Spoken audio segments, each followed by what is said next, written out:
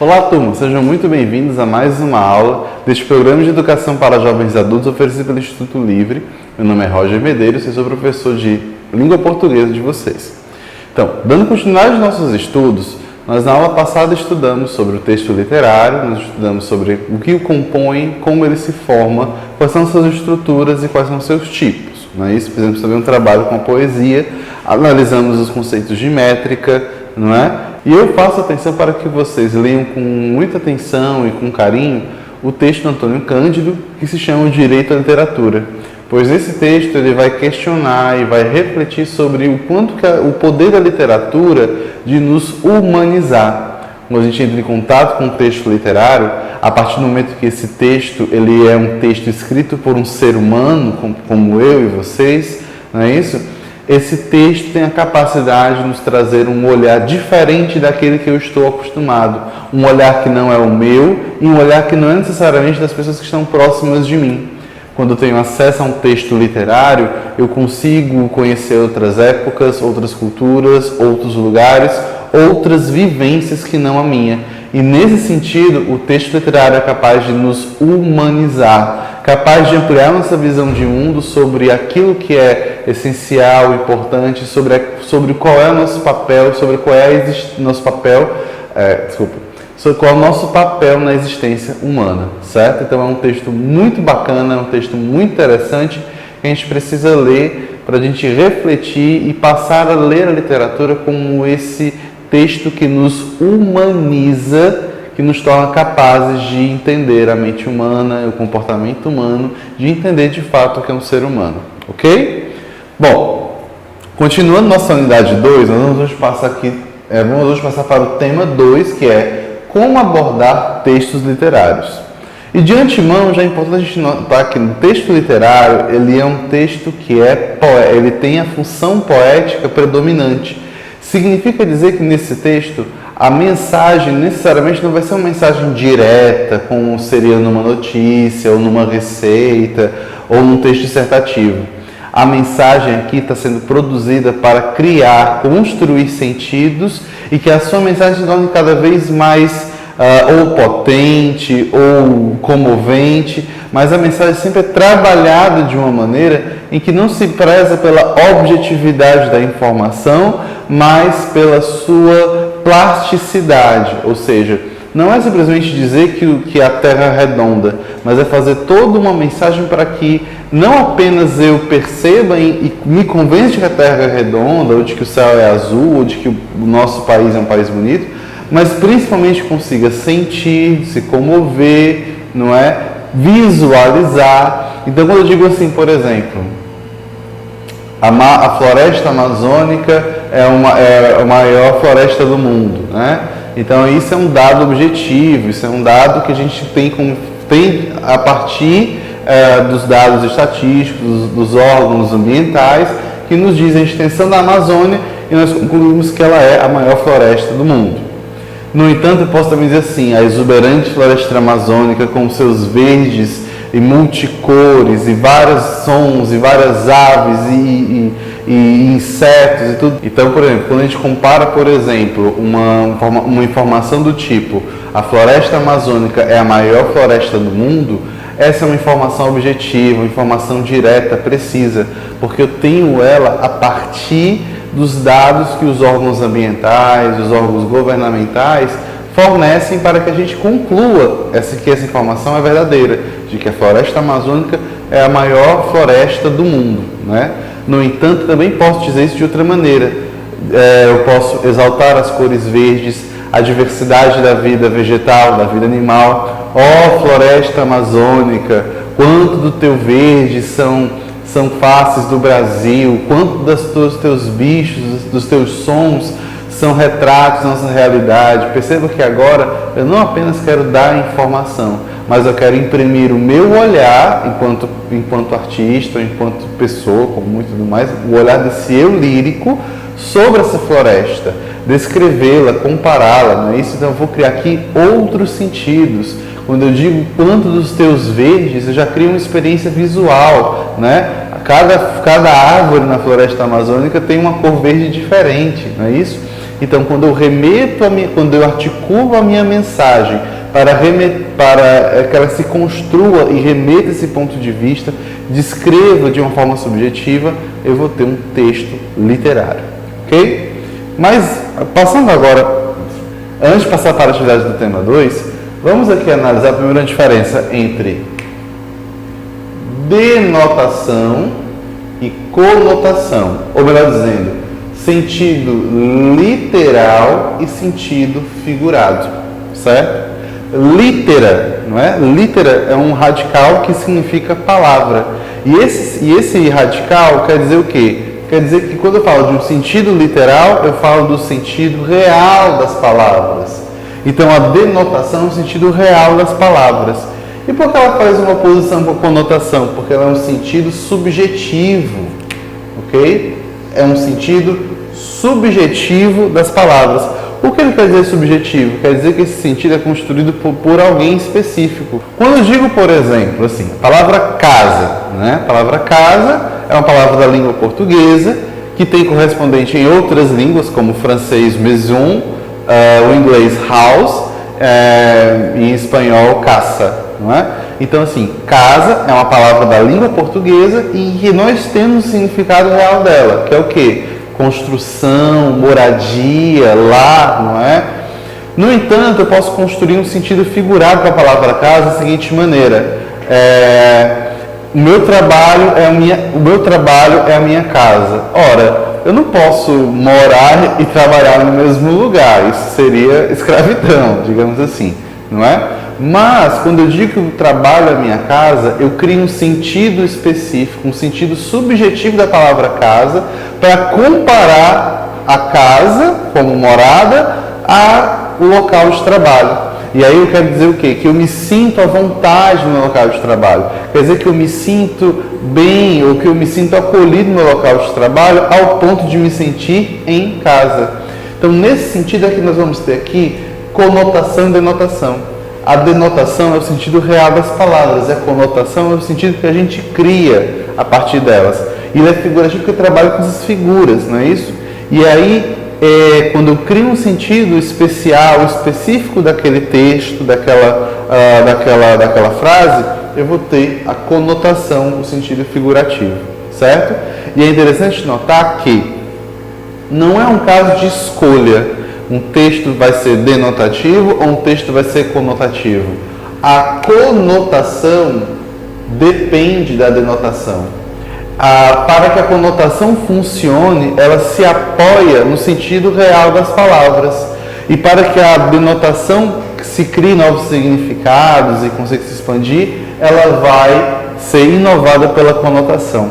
Então, quando eu digo, por exemplo, que o meu trabalho é a minha casa, ou que o trabalho é como uma casa, é porque eu consigo aproximar esse sentido de dizer que o trabalho, ele é um prédio também, é uma construção, em que eu estou dentro dessa construção, da mesma forma que como eu tenho uma casa, que é uma construção, eu estou dentro dessa construção, não é isso?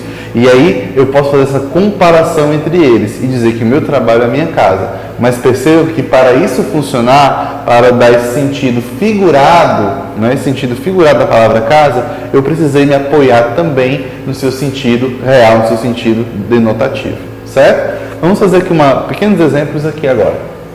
Vamos analisar agora a palavra bola, que está presente na primeira frase e na segunda frase, ok? Vamos lá.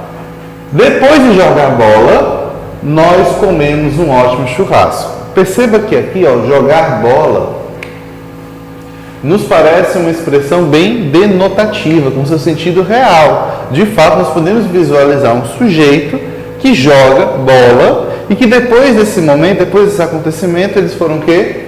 Comer um ótimo churrasco. Não é isso? Vamos analisar o segundo exemplo. Ele comeu bola na prova de matemática. É estranho isso. Como é que a gente come bola? Não é um hábito comum nosso, não é uma expressão que nós utilizamos de uma forma literal, ou seja, no seu sentido real. Porque no final das contas a gente não come bola, não é isso? No entanto, quando eu digo assim, comer bola significa... Isso lembra o quê? Lembra aquele jogador que numa jogada errada a bola bateu na boca, né? Então ele comeu bola, ou como por exemplo, que diz assim, você comeu poeira, né? Que essa frase dirigida àqueles velocistas ou pilotos de carros de corrida, não é, que ficaram para trás, então você comeu poeira. Então no mesmo sentido aqui. Então comer bola parece que foi uma jogada muito mal feita. Isso aqui foi comer bola, portanto significa comer bola, portanto significa cometer um erro. Ok? Então, nesse sentido, nós temos aqui uma linguagem figurativa. É uma linguagem que foi criada subjetivamente, que foi criada e que funciona especificamente em algumas frases. Não no sentido real de bola, bola, objeto, bola. Mas aqui, comer bola, a expressão inteira, ela significa cometer um erro, certo? E isso vai ser fundamental para o nosso assunto agora nesse tema 2, que é como abordar o texto literário. Como eu falei anteriormente, se um texto literário tem a função poética como a mais proeminente, como a mais trabalhada nele, então a construção de sentidos vai ser o ponto forte de um texto literário. A diversidade, as nuances, as diferenças e principalmente as identidades é o que vai ser o foco, do texto literário. Pois é a partir dele nós vamos ter os indícios que vai nos permitir construir seus sentidos. E aí a gente precisa ter em mente isso, que para construir os sentidos de uma forma figurada, nós temos que nos apoiar no sentido real das palavras, que a conotação, portanto, se apoia na denotação, ok? Vamos passar agora para a atividade. Vamos agora para a nossa atividade 1 da página 94, da unidade 2, tema 2, certo? Atividade 1, como construir sentidos, não é isso? Você lerá 3 textos que tratam do mesmo tema. Ao lê-los, procure observar as semelhanças e as diferenças entre eles. Repare na linguagem utilizada, na sonoridade, no arranjo das palavras. Ou seja, são os elementos que constituem um texto literário.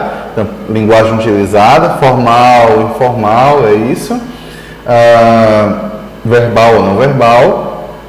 Sonoridade, ou seja, a entoação, o som ali, o ritmo que é produzido, o ritmo que o texto impõe para a sua leitura, e o arranjo de palavras, que é a combinação, que aí vai envolver a denotação e a conotação, certo? Leia cada texto quantas vezes você quiser antes de responder as perguntas que serão propostas. Vamos ler o primeiro texto da Beth Milan, ok? A paixão do amor. É engraçado, né? A paixão do amor. O amor é um sentimento, paixão é um sentimento. No entanto, define-se amor como algo duradouro, permanente, né? O amor que permanece, o amor como algo que dura muito tempo, não é isso? Enquanto que a paixão é efêmera, é forte, impetuosa, né? A paixão, ele foi envolvido pela paixão, ele agiu pela paixão, né? Aqueles crimes chamados crimes passionais, que envolvem relações amorosas, tóxicas e abusivas, mas que são chamados de crimes passionais justamente porque são crimes cometidos no calor de um momento, de uma raiva, não é isso? De um desapontamento, de um ressentimento, né? Então, quando ele fala assim, a paixão do amor, é como se ele falasse dessa, já supondo aqui, né? Fazendo essa leitura a partir do título, não é? A paixão do amor como algo que é impetuoso e intenso dentro do amor, ok? Então, a paixão do amor. Vamos aqui ler. Tão idealizado é o amado que, para o amante, ele não tem nenhum defeito. O que quer que diga, mesmo se tratando de um absurdo, está bem. Tem razão, embora minta ou seja injusto. Sensível à beleza, o amor ignora a feiura. Que importância teria ela se o que o amado diz nenhum outro diz? Ou, se dito por outro, soaria da mesma maneira? Não me faria ver as mesmas coisas, as mesmas cores, ou ouvir assim esta melodia que só a presença ou a presença de sua ausência intensifica e faz sentir? O ser amado é inevitavelmente belo. O que noutro poderia ser considerado feio, naquele é uma forma de encanto. Veja bem, né? Então a gente está falando aqui que esse texto, né, como eu falei, a paixão como algo que nos faz ser algo muito intenso, muito impetuoso, mas a paixão nesse caso aqui, a partir do texto, a paixão é algo que nos tira da razão, não é? Se quando a gente racionaliza sobre alguma coisa, a gente avalia algo como belo e feio, quando estamos sob o domínio da paixão, não há o feio, há apenas o belo. Não há o desnecessário, o desinteressante, há o necessário e o interessante. É aquela velha frase que a gente sempre escuta: quem ama o feio, bonito lhe parece. É justamente esse aspecto da paixão, de ignorar os nossos filtros sociais, nossos filtros estéticos, em função de um sentimento que temos por algo ou por alguém. Nesse caso aqui, quando ela diz assim: que importância teria ela, no caso a feiura, aqui no segundo parágrafo, não é isso? Que importância teria ela se o que o amado diz, nenhum outro diz? Ou seja, quando a pessoa é amada de verdade, quando há paixão, não há razão. Por mais que alguém diga a mesma coisa ou faça a mesma coisa, aquela pessoa é que é a pessoa amada, aquela pessoa é que é o objeto de paixão. Então não interessa se outra pessoa diz da mesma forma ou se diz de forma diferente. O que importa é quem diz. Por isso que a gente fala de a paixão do amor, porque ela se concentra, ela é intensificada sobre uma única pessoa, um único ser. Não importa se é feia, se ela é igual aos outros, não importa se há uma espécie, se há desinteresse ou desinformação. O que interessa é que é aquela pessoa a pessoa escolhida. É a paixão do amor. Ok? Vamos agora para o texto 2. O Sempre Amor, da Adélia Prado, escritora brasileira muito célebre, muito importante para a nossa literatura, certo? O Sempre Amor. Né? Então, quando vamos analisar o título, né? É sempre importante fazer essa análise entre título e texto. Porque o título, ele tem a função de criar expectativas, de mais ou menos situar o universo semântico daquele texto para o leitor. Como assim, professor, universo semântico? Vamos pensar o seguinte: se eu tenho um texto chamado Água para Elefantes, quando nós lemos apenas o título, não é isso? Nós vamos pensar que seja um texto que fala de água ou de elefantes. Ou vai falar isso de uma forma, não sei se no sentido literal, no sentido denotativo, em que ele fale, por exemplo, dos processos de hidratação dos elefantes, digamos assim, ou do seu sentido conotativo, do seu sentido figurado, ou seja, ele vai utilizar o elefante como figura, como metáfora para falar ou de pessoas mandonas, de pessoas com grande influência, né, de pessoas com grande poder político, autoritário, de grande autoridade, digamos assim, e a água como uma espécie de recurso ou algo para dar a essas pessoas. O fato é que nós já vamos, quando lemos esse título, Água para Elefantes, nós já nos situamos minimamente em algum universo de sentido, em algum universo de sentidos, melhor dizendo, para ler aquele texto, certo? Então, quando ele fala assim, o sempre amor, né? O sempre aqui como um advérbio de tempo, de duração, é o contrário de nunca, ou seja, o sempre é aquilo que acontece a todo momento e o nunca é aquilo que não acontece em momento algum, não é isso? Então, o sempre amor é o amor para sempre, é o amor que permanece, né? Então, já temos aqui a ideia de permanência comum aos dois textos, não é isso? Então, vamos começar aqui com o texto. Amor é a coisa mais alegre, amor é a coisa mais triste. Amor é a coisa que mais quero. Por causa dele falo palavras como lanças. Amor é a coisa mais alegre, amor é a coisa mais triste. Amor é a coisa que mais quero. Por causa dele podem entalhar-me. Sou de pedra sabão, alegre ou triste. Amor é a coisa que mais quero. Olha aqui, interessante, né? A gente consegue observar aqui uma espécie de refrão, né? Ou seja, versos que se repetem com uma certa estrutura dentro da música, dentro do poema, melhor dizendo, não é? Então, amor é a coisa mais alegre, amor é a coisa mais triste, não é? Então, amor é a coisa mais alegre, a coisa mais triste, já introduz uma nova ideia, né? Na primeira parte é, amor é a coisa mais alegre, amor é a coisa mais triste, amor é a coisa que mais quero, né? Amor é a coisa que mais quero. Amor é coisa mais alegre, amor é coisa mais triste. Por causa dele podem entalhar-me. Não é? Amor é a coisa que alegre ou triste, amor é a coisa que mais quero. Então perceba agora como é interessante esse trabalho. Em um primeiro momento, ela avalia o que é o amor. Ao mesmo tempo que o amor é alegre ou triste, ela quer o amor. Não é isso? Ela quer os dois lados, ela quer esses dois pesos, né? Ela quer o bônus e o ônus de amar alguém, né? E por causa do amor, ela fala palavras como lanças, ou seja, palavras que são agressivas, que podem machucar, que alcançam muitas pessoas. A lança é algo de longo alcance. Se fosse o amor como um machado, seria o amor como algo pesado, né? Então, é interessante notar as escolhas aqui do artista, né? A Adélia Prado, ao escolher palavras como lanças, não é? Ela que remonta ao aspecto da distância que a palavra alcança, né? Ou seja, a lança ela é uma arma de alcance, ela é lançada para alcançar longas distâncias. Se fosse, por exemplo, palavras como machados, não é? Nós já teríamos aqui uma outra ideia, que seria a ideia do peso do machado, o corte pesado do machado. Amores como espadas, ou seja, seria um amor mais direto, que se aproxima e machuca a pessoa que está ali. Não é? Então aqui são amores como lanças. Né? Amor é a coisa mais alegre, amor é a coisa mais triste, amor é a coisa que mais quero, por causa dele podem entalhar-me, ou seja, por causa dele você pode fazer o que quiser comigo. O que é entalhar um objeto? É criar uma forma de um objeto sem forma. Então, quando ela diz que, por causa do amor, podem me talhar, quer dizer que podem fazer com ela tudo o que quiserem, porque ela vai se permitir por conta do amor. Não é isso? Sou pedra-sabão, ora. De novo, reforça isso. A pedra-sabão, ela é um mineral muito poroso, de fácil manuseio, de fácil entalhe. Né? E também não é um material muito resistente. E quando ela diz que ela sou de pedra-sabão, perceba aqui, ó, na relação entre a denotação e a conotação.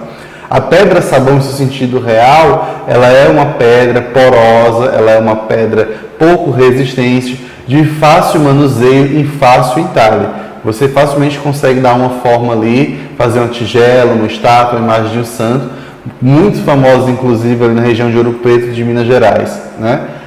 Então, mas aí quando a Adélia Prado fala sou de pedra-sabão, ela pega esse sentido da fragilidade, da fácil manuseabilidade e traz para esse eu lírico. Então, esse eu lírico, ele é frágil e de fácil manuseabilidade. Por isso que ela diz, por causa do amor, eu sou de pedra-sabão. Significa o quê? Por causa do amor, eu sou frágil, não é isso? Por causa do amor, eu sou de fácil manuseio, ok? E aí ela termina o texto, alegre ou triste, amor é a coisa que mais quero. Então não interessa, ela não está mais agora balanceando o amor. O amor é mais triste, o amor é a coisa mais alegre. Não. Alegre ou triste, o que eu quero é o amor. E isso já se aproxima com o texto que a gente falou na aula passada. Com o texto anterior. O texto 1 ele fala das paixões do amor, em que a gente esquece completamente as valorizações de bem ou mal, bonito ou feio. A gente simplesmente ama a pessoa amada, a gente simplesmente elogia e admira a pessoa amada. A mesma coisa aqui, não importa se o amor é alegre ou triste, eu quero o amor. De novo nós saímos da razão e entramos na paixão, ok? Vamos agora para o texto 3, prova de amor. Né? Então agora o que é uma prova de amor? A prova é aquela prova que a gente faz para testar nossos conhecimentos. Não. Mas o sentido é esse, ó. O que é uma prova? É aquilo que comprova, que diz, que assevera uma informação, não é isso? Então, por exemplo, se eu disser para alguém que uma pessoa rouba, não é isso? Eu preciso apresentar provas, eu preciso apresentar fatos ou indícios de que o que eu estou dizendo é verdadeiro, né? Então, quando ele fala assim, prova de amor, ele está falando de algum indício, de algum fato ou de algum objeto ou ação que de fato revele a veracidade, a verdade desse amor, ok? Que confirme, melhor dizendo, a veracidade, a verdade desse amor. Então, prova de amor da Mariana Colasanti, ok? também escritora brasileira muito importante do nossa literatura, que é, Marina Colasanti, escritora brasileira muito importante da nossa literatura, certo? Vamos aqui para o texto, ok? Meu bem, deixa crescer a barba para me agradar, pediu ele. E ela, no supremo esforço de amor, começou a afiar dentro de si e a laboriosamente espelhar aqueles novos pelos que na pele fecharam, feriam caminho. Mas quando, afinal, a doce barba cobriu-lhe o rosto, com orgulho expectante, integrou sua estranheza aquele homem. Você não é mais a mesma, disse ele, e se foi. Perceba que agora nós temos aqui uma narrativa interessante, não é? E claramente nós temos um par amoroso entre um namorado e uma namorada, não é isso? Entre um ele e ela, e que nesse relação amoroso há um pedido. No entanto, ao pedido ser atendido, ele se vai, ele não fica satisfeito com o que aconteceu, não fica satisfeito com o que ela fez por ele, não é? Então aqui há uma desilusão amorosa, há aqui essa espécie de quebra, não é isso? Então, de novo, nós temos aqui a paixão novamente, né? Ou seja, que nos move, que nos mobiliza a fazer algo contra a nossa razão, ou seja, mulheres por vários motivos, muitas mulheres por vários motivos não admitem ter pelos no rosto, e ela deixou crescer a barba, fechar a barba para agradar a ele. E ao fazê-lo, ele claramente aqui se coloca como alguém que não aprovou o resultado final e foi embora. Então aqui nós já temos a diferença dos textos, né? Se os textos 1 e 2 falavam dessa paixão, não é, que nos faz fazer algo contra a nossa razão ou fora da nossa razão, aqui nesse texto nós temos aqui uma separação, não é? Ou seja, quando as pessoas, muitas vezes em algumas histórias, quando as pessoas fazem algo por amor, elas são recompensadas com desprezo, decepção, que outro sentimento eu posso dizer, com rejeição, não é isso? E foi o caso aqui, né? Ele desprezou e rejeitou a mulher que tinha deixado os pelos da barba crescer para ele, ok? Não é? Então, como semelhança, nós temos nos 3 textos essa ideia, não é? E aí vamos responder aqui a questão 1. Os 3 textos apresentados tratam do mesmo tema? Qual? Bom, o tema aqui é a paixão, não é? Que nos tira da razão, certo? Quando nós temos aqui nos 3 textos essa imagem da paixão que nos tira, ou seja, no texto 1 é a paixão que nos faz ver como belo, mesmo aquele quem é feio, né? Que nos faz admirar as pessoas que falam algo, que falam asneiras, mas por ser a pessoa amada é o assunto mais interessante possível. No segundo texto nós temos a paixão que, mesmo alegre ou triste, ela é desejada, ela é querida. Eu quero de fato o amor, mesmo que ele seja alegre ou triste, mesmo que ele me torne uma pessoa frágil, mesmo que, como é que ele diz aqui? Mesmo que eu consiga lance palavras pesadas de longo alcance, eu quero o amor. Então não interessa o bônus e o ônus, eu quero o amor. Então de novo a paixão. E no terceiro texto já é uma paixão que não já é mais assumida como um ônus, né? Ou seja, eu faço tudo por você, eu sou apaixonado por você, vou fazer tudo, inclusive deixar minha barba crescer. Então aqui o tema dos 3, que une esses 3 textos em torno de uma identidade, é o tema da paixão que nos tira da razão, ok? Esse é o tema do texto, certo? Passando para o item 2. Como o texto 1 retrata a pessoa apaixonada? Ora, vamos ver aqui, analisar de novo ele para a gente ver isso com mais calma. Então vamos lá, fala aqui, a pessoa apaixonada ela é a pessoa que, é bem claro aqui, sensível à beleza, o amor ignora a feiura. Não é isso? Então, essa frase aqui já responde o nosso texto, né? Já responde a nossa pergunta, né? A pessoa apaixonada no texto 1 é aquela pessoa que ignora a feiura, é aquela pessoa que ignora a falta de conhecimento, é aquela pessoa que ignora as faltas que a pessoa tem e admira ela apesar de tudo, não é isso? Ou seja, não se ama por causa de, mas se ama apesar de, né? Essa frase eu não sei agora de quem, mas já ouvi ela há algum bom tempo.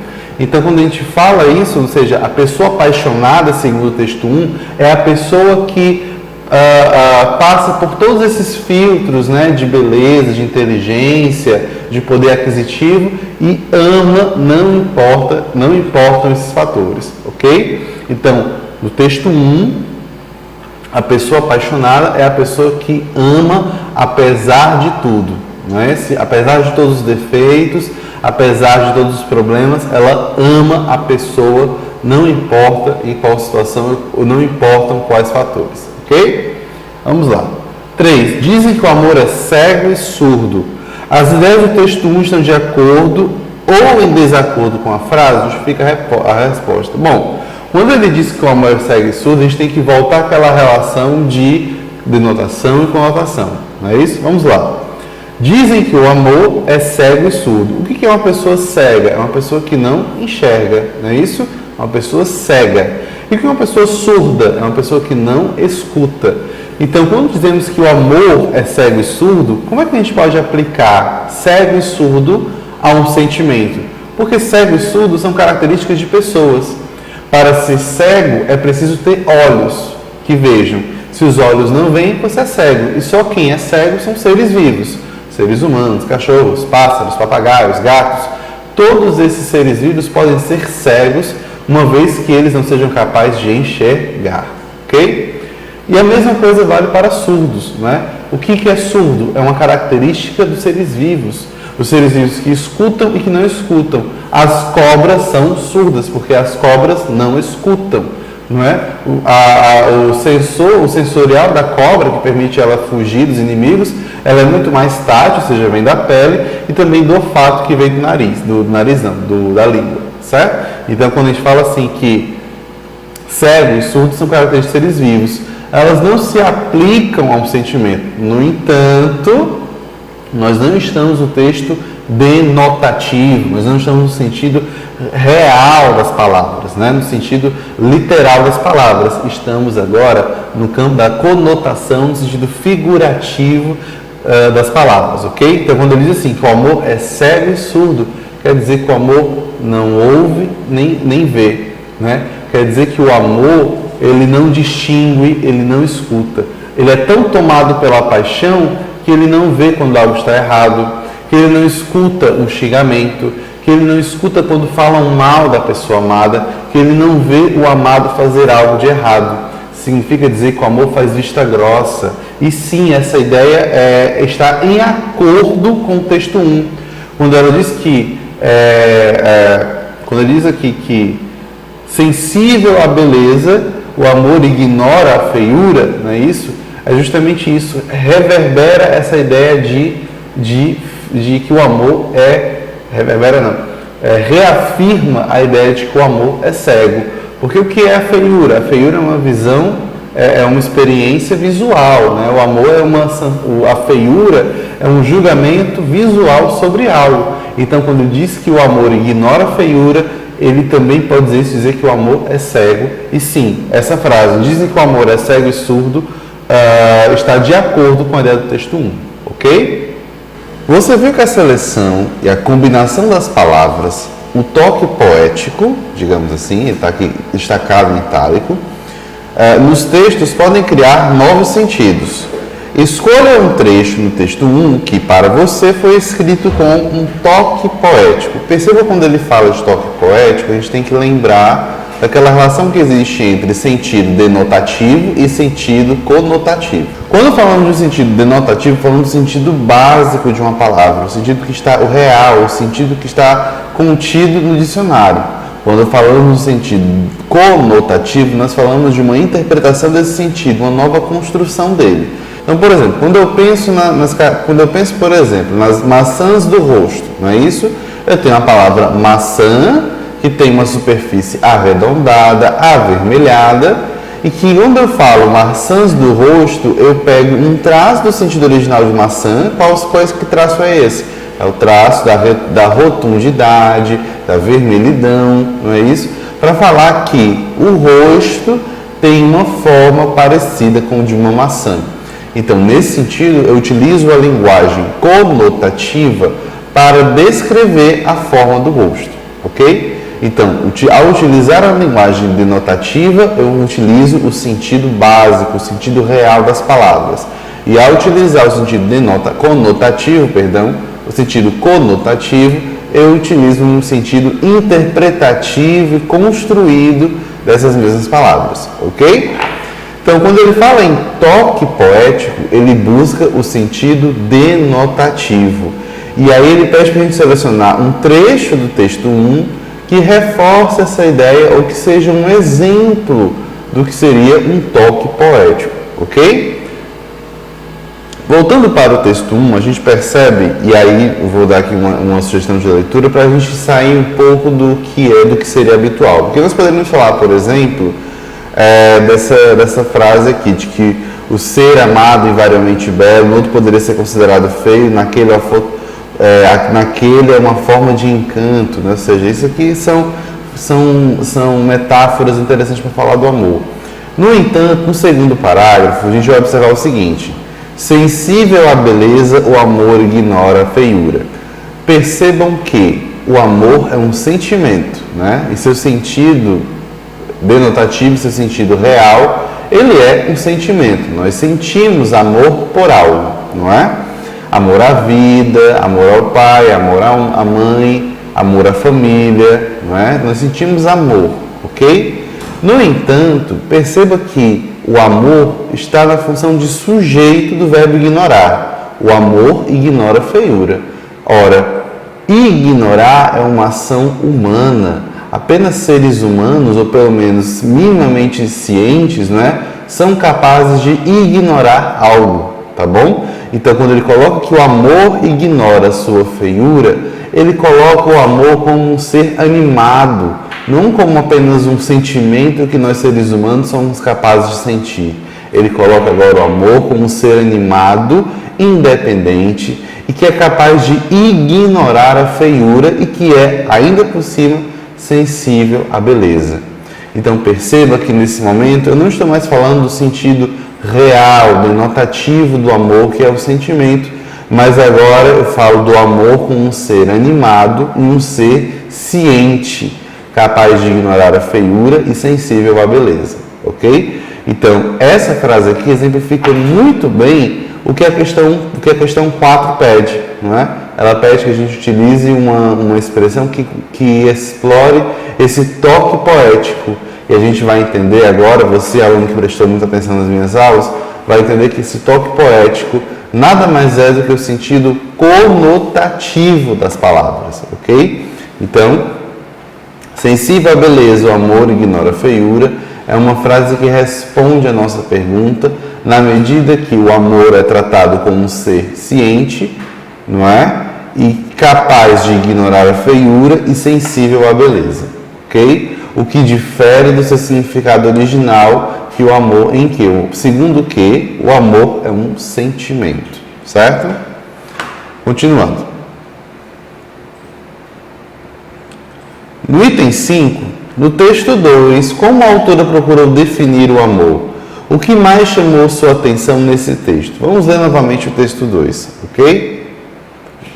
Amor é a coisa mais leve. Amor é a coisa mais triste. Amor é a coisa que mais quero. Por causa dele falo palavras como lanças. Amor é a coisa mais alegre. Amor é a coisa mais triste. Amor é a coisa que mais quero. Por causa dele podem talhar-me.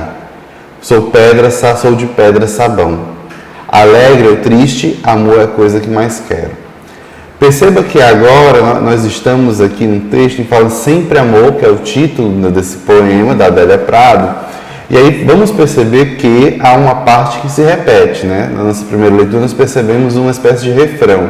Nós temos o refrão da música, aquela parte da música sempre se repete. Então, aqui nós também temos essa espécie de refrão, né? Amor é a coisa mais alegre, amor é a coisa mais triste. E ele se repete de novo umas 2 vezes ao longo do texto. Então, ao colocar essa repetição, ela faz uma avaliação do amor. Ela diz que o amor é algo alegre, ou seja, que o amor é algo bom, ao mesmo tempo que o amor é algo triste, não é? Ou seja, temos alegrias e tristezas. O amor é a coisa que mais quero, ou seja, não importa se o amor não é só feito de alegrias E não importa se o amor também é constituído de tristezas. Ela quer o amor, ela quer sentir o amor, ela quer viver o amor. Então isso já nos coloca sobre a definição de amor dessa autora, não é? Ou seja, ela pensa o amor não como um sentimento racionalizável, ou seja, ela não está avaliando, embora ela avalie, ela deixa de lado essa avaliação, ela deixa de lado os aspectos bons ou ruins. Ela não quer saber numa balança se o amor é bom ou ruim, ela simplesmente quer o amor, não é? E ela justifica esse querer, porque a partir do amor, não é? Faz dela lançar palavras como lanças, não é? E a gente pode fazer uma outra discussão aqui sobre o sentido conotativo da expressão, da palavra. A gente pensa, o que é uma palavra como lança, né? Uma lança é uma arma, não é, perfurante, que pode ser lançada e alcançar grandes distâncias. Então, ao dizer que as palavras dela são lançadas, né, como lanças, não é isso? Ela quer dizer o quê? Que as palavras dela são perfurantes, que as palavras delas são incisivas, que as palavras delas alcançam muitas pessoas ou muitas situações, não é? E se a gente para pensar um pouco e traz a nossa experiência de mundo, todos nós temos histórias de amor, todos nós minimamente, ou uma paixão não correspondida, ou um casamento, ou um relacionamento que não teve um bom fim, ou uma história que dura até os dias de hoje, nós temos histórias de amor para contar. Nós temos histórias de amor para contar, não é isso? E aí a gente percebe claramente que quando ela fala que as palavras são como lanças, a ideia de lanças é que ela consegue falar para várias pessoas, né? Consegue perfurar e encontrar o coração e o mais íntimo dessas pessoas por conta desse sentimento que ela deseja, porque é um sentimento que ela quer ter esse sentimento, não é isso?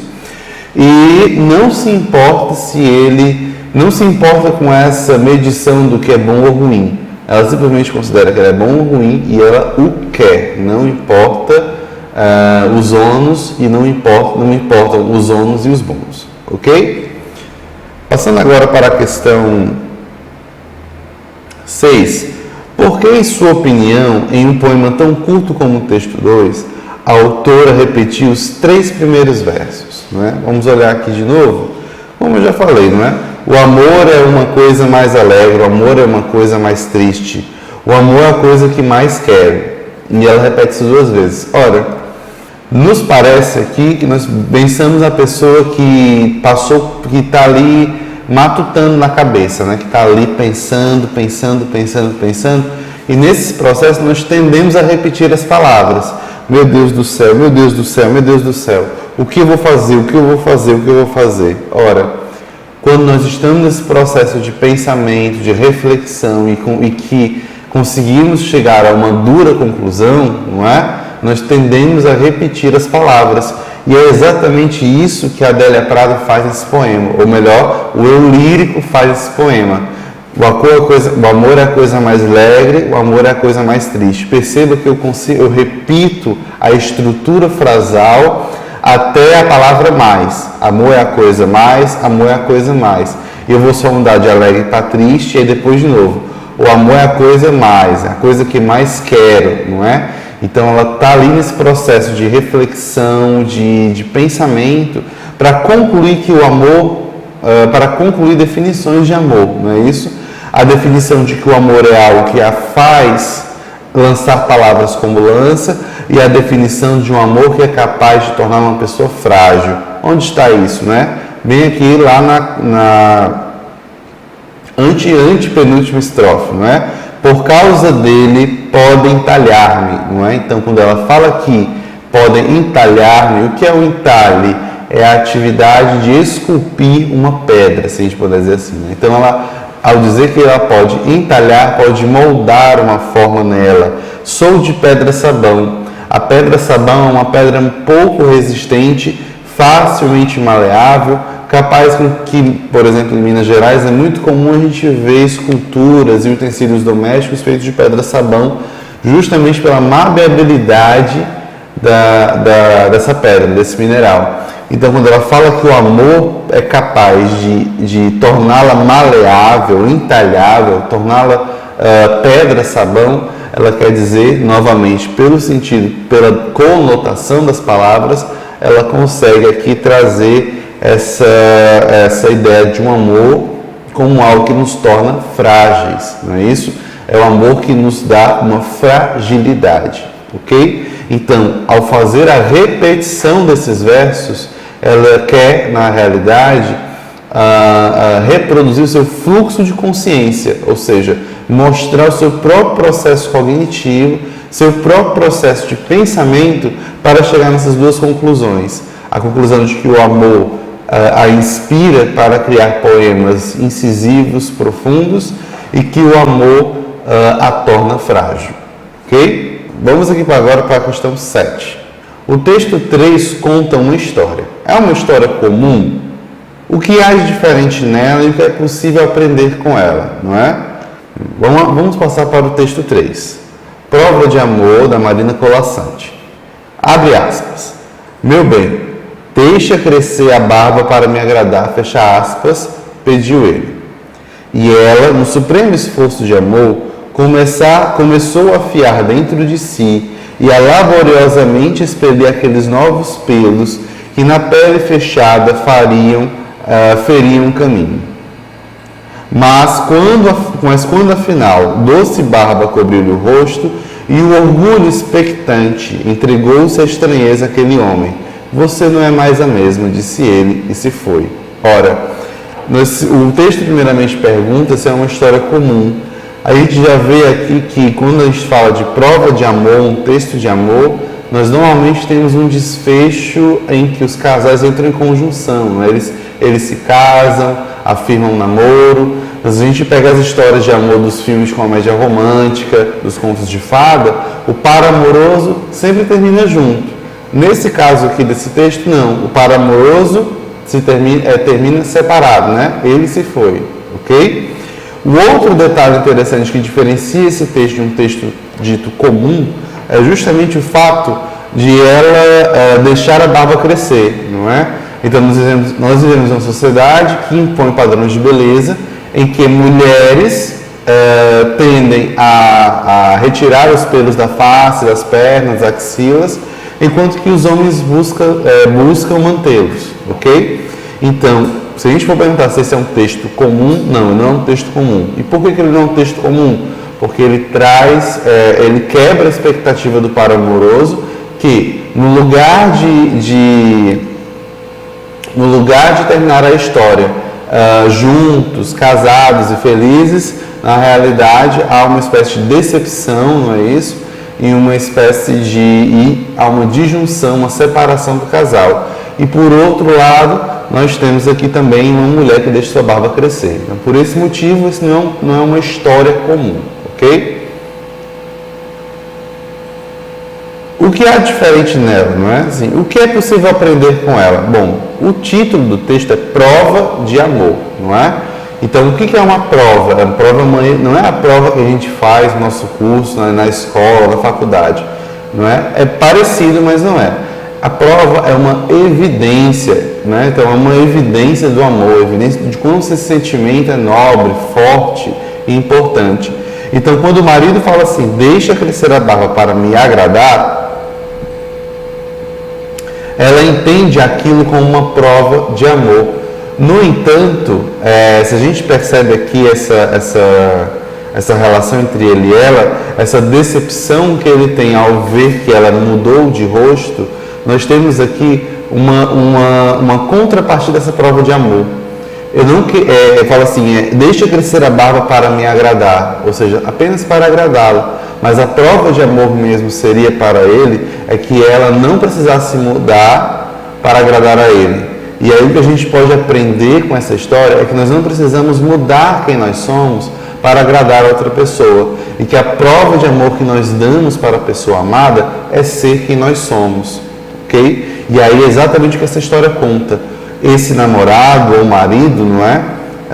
Começa se decepciona ao perceber que a pessoa amada não é mais a mesma. E a prova de amor que ele pediu é que ela se mantivesse como ela estava, para provar que ela era capaz mesmo de negar-lhe um pedido para manter esse amor. Essa era a prova de amor que essa mulher não entendeu, ok? Então aqui é o que a gente pode depender dessa história. No item 8, compare os 3 textos. Em todos eles, o sentimento de amor é visto da mesma forma? Não é visto da mesma forma, né? A gente percebe que as histórias, elas contam histórias bem diferentes, não é?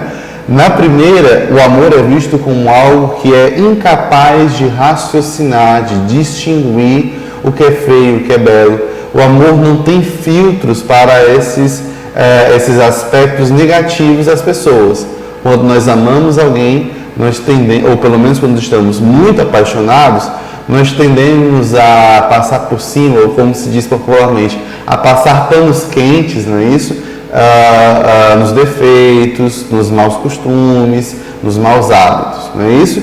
Então, quando ele fala a paixão do amor, ele fala desse amor intenso que nos torna cegos e surdos e para aquilo que é negativo ou não tão atraente ou não tão atrativo na pessoa amada. No texto 2, nós temos aqui a ideia de que o amor, de como o amor nos afeta. O amor nos torna pessoas inspiradas para escrever grandes palavras e nos torna pessoas frágeis, pessoas facilmente maleáveis, a partir do momento que nós nos encontramos apaixonados e em conjunção com esse sentimento que é o amor, né? A partir do momento que nós queremos esse amor, sem querer avaliar se ele é alegre ou se ele é triste, nós nos tornamos pessoas inspiradas a escrever e pessoas frágeis e maleáveis. E no item 3, quando ele fala do amor, fala desse amor como o que deve ser feito para manter-se o amor. Ou seja, o amor aqui não é simplesmente fazer tudo que a pessoa quer. O amor também é uma forma de a gente não ter que mudar quem nós somos para fazer, ou seja, para agradar a pessoa amada, não é? As pessoas devem nos amar como nós somos. No final das contas, o que o texto 3 quer e que diferencia dos demais textos é que ele nos dá uma espécie de lição de moral. Ele diz que nós não devemos mudar pela pessoa amada como uma lição a ser aprendida. E aí vamos agora passar para a nossa última questão, 9. Qual dos 3 textos, em sua opinião, melhor representa a concepção que tem do amor e por quê? Bom, como aqui nós não estamos numa situação de interação real, vou deixar que vocês reflitam. Mas também não vou deixar vocês sem a minha opinião, não é? Eu escolho como uma definição, uma concepção de amor como a concepção do texto 3, não é? A partir do momento que nós mudamos para agradar a pessoa amada e deixamos de ser quem nós somos, pelo mínimo que seja isso, não é? Nós estamos sacrificando muito por esse amor, não é? As pessoas têm que amar quem nós somos e como nós somos, e como nós exercemos e praticamos e performamos essa pessoa, e não uma imagem que aquela pessoa quer da gente, não é isso? Então, quando a gente fala de amor, a gente tem que pensar o amor dessa forma. Por isso que, para mim, o texto 3 retrata a minha concepção de amor, ok? Bom, terminada aqui a atividade, nos vemos na próxima aula. Um forte abraço, até mais.